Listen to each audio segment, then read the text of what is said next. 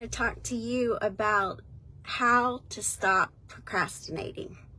Yeah, it's something I've dealt with, something I've struggled with in the past. You know, there's something that all of us are supposed to be doing. We all have, I'm big on this, we all have a plan, we all have a purpose, we all have a destiny, and we've talked in the past about how the enemy sets up roadblocks and traps and distractions to keep you stuck where you're at, so you're never moving forward, you're never doing what God's called you to do. And one of those traps is procrastination. And it can be a result of fear, maybe fear of failure, fear of rejection, whatever it may be tied to fear. It can be anxiety. It could be you have trouble focusing or trouble getting started or just feeling overwhelmed. Where do I even begin with this thing that God's called me to do? Now, it may be a big thing, or it might be a little thing, just a project that you need to finish. Maybe you need to clean up a room and you just haven't had the motivation to do it and you've been procrastinating getting started on that. So today I just want to give a few practical strategies for getting out of that stuck place and procrastinating, because procrastination, once you've sat there for a while, then it just turns into laziness. And there's plenty of scriptures in the Bible, especially in Proverbs, about being lazy. I don't want to be lazy. How about you? Listen to one of these scriptures. It's Proverbs 13:4 in the Passion Translation. And it says, "The slacker wants it all and ends up with nothing, but the hard worker ends up with all that he's longed for." I don't want to be a slacker. So these are a few motivational, just little strategies that I've implemented in my life when I've gotten in that stuck place where I've started to procrastinate about things, or I've just been downright lazy in areas. And I hope that you'll just take these and implement them in your life, because don't you want to be not just a hearer of the word, but a doer, and go and apply what you've learned. So here's a few that I've implemented in my life. Number one is to change my attitude about whatever it is that I've been procrastinating. When you get in that place of dread where you're dreading doing something, then it all starts right here. You got to change your mind, your mindset, and your attitude about whatever it is that you're stuck in, because you know that your mind, you're going to dwell on your most dominant thoughts become your actions. So if you're like, oh, I don't want to do this, then you're never going to do it. So it begins right here. Changing your mind is going to change your attitude, because your actions are going to follow what your mind is telling it. You get that? So an example I have here is I got married 2.5 years ago, and I needed to change my last name on my Social Security card.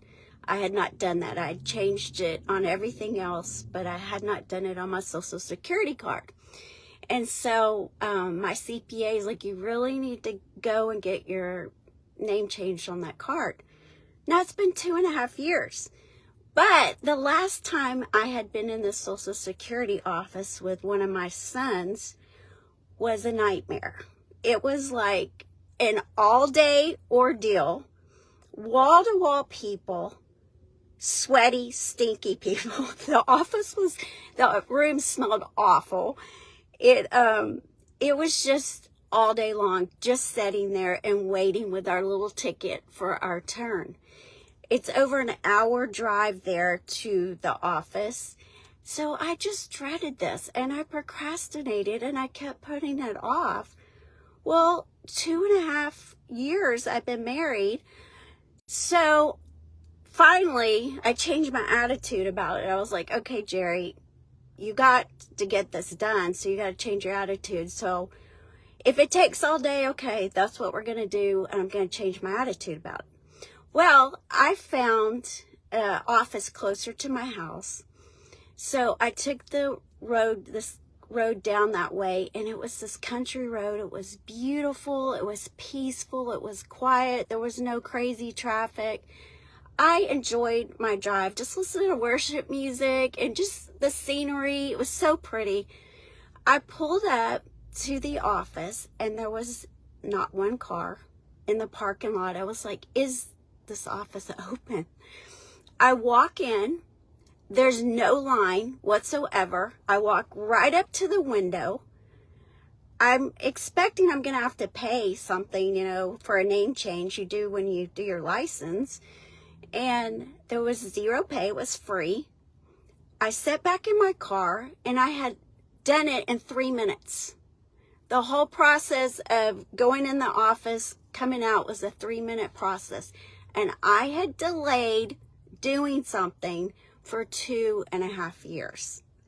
So it was just a good example to me that when I changed my attitude and my thoughts about having to do this thing, it wasn't so bad after all. So again, just a practical strategy for you is, number one, change your attitude. The second thing is to set realistic and measurable goals. Now, it's great to have long-term goals. It's awesome to have long-term goals. But oftentimes we can get a little overwhelmed looking way out there down the road and like, where do I even start? So I suggest to you that you start with realistic and measurable goals. And what I mean by that is starting for today, a goal for today, a goal for tomorrow, a goal for this week, that you focus on those realistic and measurable goals. Make it very basic, very simple, and just start step by step. We talked about taking that first step last week. Just taking a first step, but making them realistic and measurable. So you don't feel overwhelmed by, oh, I've got to accomplish this big thing. No, it's just a realistic and measurable goal. And that starts with number 3, is writing it down. So I do a daily list. Usually at the end of my night or throughout the day, if I think of something that I need to do tomorrow, I write it on my phone in my notes, and I make a list. I do a to-do list. My list is simple. It's like, go work out, go to the post office, go grocery shopping, paint my fingernails, whatever it is that I want to do that next day. I make a to-do list, and it's so satisfying and such an accomplishment to me when I get to check that off or erase it off, delete it off of my notes that I got it done. Now, sometimes I don't get to everything that I put on my list, but it feels really good when you just get to check those things off. And it's just a helpful thing to keep you from procrastinating and being lazy. So that's number 3, is making a daily things to do list. Just, it doesn't have to be big, major accomplishments, but just a to-do list. And it feels really good when you can check that off. Number 4 is learn everything you can and educate yourself about whatever it is that you're attempting to accomplish.